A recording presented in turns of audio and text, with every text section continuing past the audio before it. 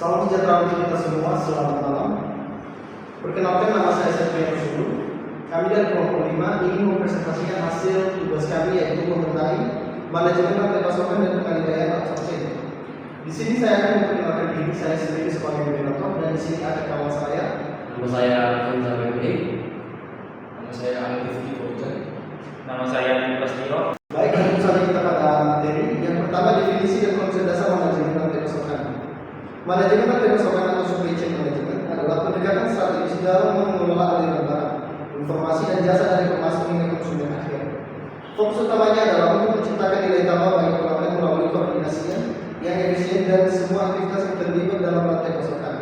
Hal ini melibatkan integrasi erat antara berbagai pihak, termasuk pemasok, produsen, distributor, pengecer, dan pelanggan, dengan tujuan memastikan aliran yang lancar, efisiensi, dan kepuasan pelanggan yang tinggi. Rantai pasokan merupakan rangkaian aktivitas yang melibatkan berbagai pihak dalam pergerakan dan pengiriman barang atau jasa, pemasok hingga konsumen akhir. Konsep dasar dari rantai pasokan melibatkan pengelolaan aliran material, informasi, dan dana dari titik awal hingga titik akhir dalam proses bisnis. Rantai pasokan mencakup semua tahap, mulai dari pengadaan bahan baku, produksi, distribusi, hingga penjualan dan pelayanan pelanggan. Yang kedua, pentingnya manajemen rantai pasokan dalam bisnis. Manajemen rantai pasokan sangat penting bagi keberhasilan bisnis. Yang pertama, ia dapat membantu perusahaan mencapai efisiensi biaya dan mengoptimalkan aliran barang, informasi, dan keuangan. Yang kedua, manajemen rantai pasokan memungkinkan peningkatan kualitas produk atau layanan melalui kolaborasi dengan kemitraan rantai pasokan. Yang ketiga, ia memungkinkan perusahaan untuk lebih responsif terhadap perubahan permintaan pasar sehingga meningkatkan kepuasan pelanggan.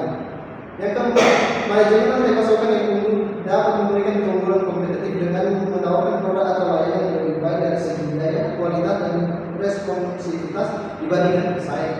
Baik, selanjutnya akan dilanjutkan oleh kawan saya. Baiklah, untuk selanjutnya adalah komponen-komponen rantai pasokan. Yang pertama ada pemasok, pihak yang menyediakan bahan baku atau komponen yang dibutuhkan dalam produksi atau penyediaan barang atau pasar. Kedua ada produsen, pihak yang bertanggung jawab untuk memproduksi barang atau jasa berdasarkan permintaan dan spesifikasi yang telah ditentukan. Selanjutnya ada distributor, pihak yang mengelola dan mengatur pengiriman barang dari produsen ke titik penjualan atau konsumen. Dan ada retailer, pihak yang menjual barang langsung kepada konsumen akhir melalui toko fisik atau platform online. Dan terakhir ada konsumen, pihak yang menggunakan atau mengonsumsi barang atau jasa yang disediakan dalam rantai pasokan. Tujuan manajemen rantai pasokan. Tujuan dari supply chain manajemen adalah mengatur dan mengelola antara penawaran dan permintaan yang baik. Jika mau melakukannya, sebenarnya tidak ada masalah yang muncul. Meskipun begitu, kita perlu tahu apa saja masalah yang termasuk dalam supply chain manajemen, yaitu relasi antara konsumen dan klien, pengadaan barang yang distributor, dan level dalam outsourcing. Ketika menghadapi masalah-masalah tersebut, kita perlu mengelolanya dengan baik. Namun tidak sekedar baik, melainkan juga efisien.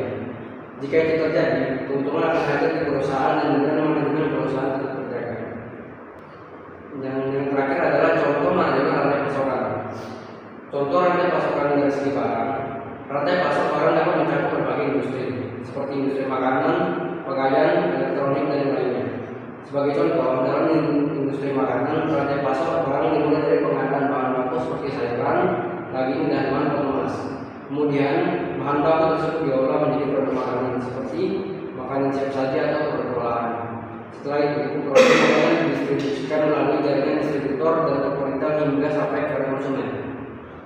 Untuk selanjutnya akan dibacakan oleh teman sebelah saya. Selanjutnya ialah pengalihayaan outsourcing. Outsourcing adalah praktek di mana perusahaan memperoleh produk atau layanan dari pihak luar, baik secara lokal maupun internasional. Sebaliknya dari internal, konsep dasarnya melibatkan delegasi aktivitas inti kepada pihak ketiga untuk meningkatkan efisiensi. Fokus pada kegiatan inti atau memperoleh keahlian khusus yang tidak dimiliki secara internal. Usaha melakukan outsourcing karena alasan-alasan efisiensi biaya, fokus pada inti bisnis, akses ke keahlian khusus, dan skalabilitas fleksibel. Dengan memanfaatkan penyedia layanan eksternal, usaha dapat menghemat biaya produksi, mengurangi beban administratif, dan meningkatkan efisiensi operasional. Selain itu, outsourcing juga memungkinkan untuk fokus pada aktivitas inti mereka sambil memanfaatkan keahlian spesifik yang dimiliki oleh penyedia layanan bank. Manfaat pengalihdayan. Yang pertama ialah fokus pada kompetensi inti. Dengan mengalihkan fungsi non-inti pada pihak ketiga, perusahaan dapat lebih fokus pada aktivitas yang mendukung kompetensi inti mereka. Ini memungkinkan perusahaan untuk meningkatkan inovasi, kualitas, efisiensi dalam area yang membedakan mereka dari pesaing. Yang kedua ialah efisiensi biaya. Konsep seringkali dapat dilakukan dengan biaya yang lebih rendah daripada mempertahankan fungsi tersebut secara internal. Ini bisa terjadi karena perusahaan tidak perlu mengelola infrastruktur utama, biaya sumber daya manusia atau investasi awal yang besar. Yang ketiga, akses keahlian khusus.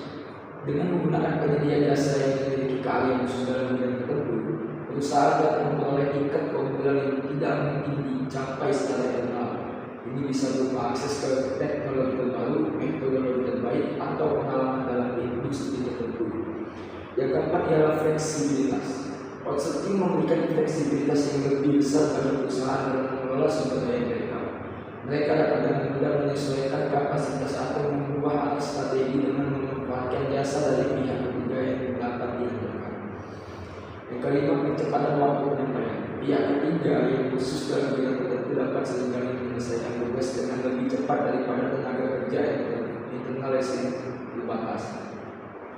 Ini dapat menghasilkan peningkatan signifikan dalam waktu penyelesaian proyek dan waktu pasar.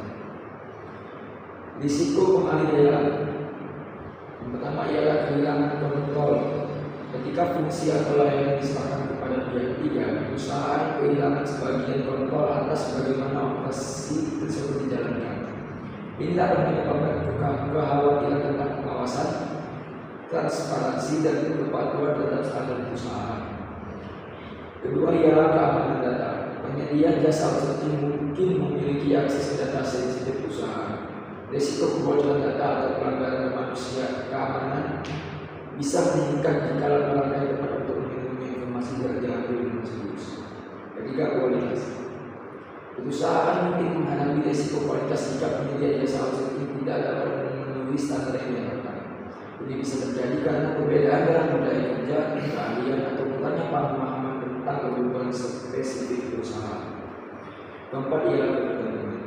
Jika perusahaan terlalu bergantung pada penyedia jasa outsourcing tertentu, mereka tetap melakukan risiko jika penyedia tersebut mengalami masalah operasional, keuangan, atau reputasi.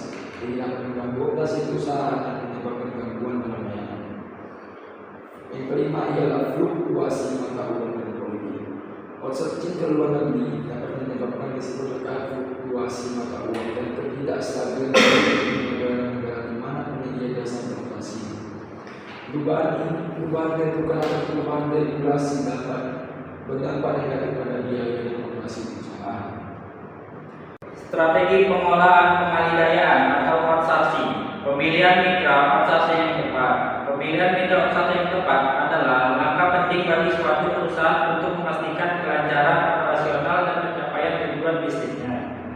Yang dimana perusahaan perlu menerapkan strategi seperti menentukan kebutuhan bisnis, melakukan riset pasar, membuat kriteria seleksi, pengadaan proses seleksi transparan, memastikan kesesuaian budaya perusahaan, membuat kontrak yang jelas, dan memantau kinerja mitra secara berkala. Sehingga langkah-langkah ini membutuhkan perusahaan dalam memastikan kerjasama yang sukses dan efektif dengan mitra outsourcing. Manajemen hubungan dengan mitra outsourcing kemudian menjadi kunci penting dalam setiap aspek, tak terkecuali untuk menjaga kolaborasi dan hubungan baik dengan BPO atau bisnis proses outsourcing. Kemudian juga diperlukan untuk memastikan kerjasama antara perusahaan Anda dan penyedia layanan BPO berjalan sesuai dengan semestinya, sehingga komunikasi yang terjaga dengan baik antara pengguna dan penyedia layanan akan membuat bisnis berjalan secara efektif. Dari komunikasi yang terjaga inilah lahir sinergi antara kedua belah pihak seperti: 1. Saling terbuka antara penyedia layanan. 2.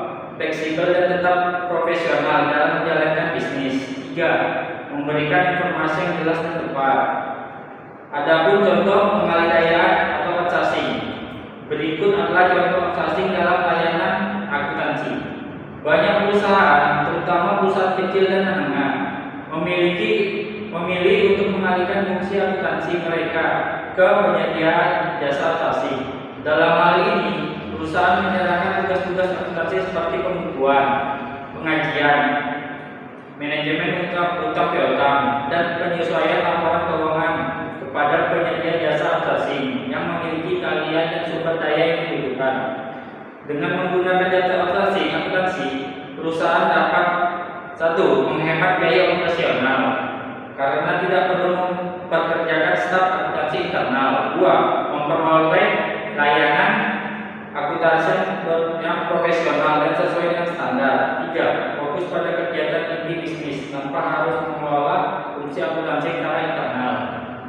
4. Mendapatkan akses ke teknologi dan perangkat lunak akuntansi yang canggih.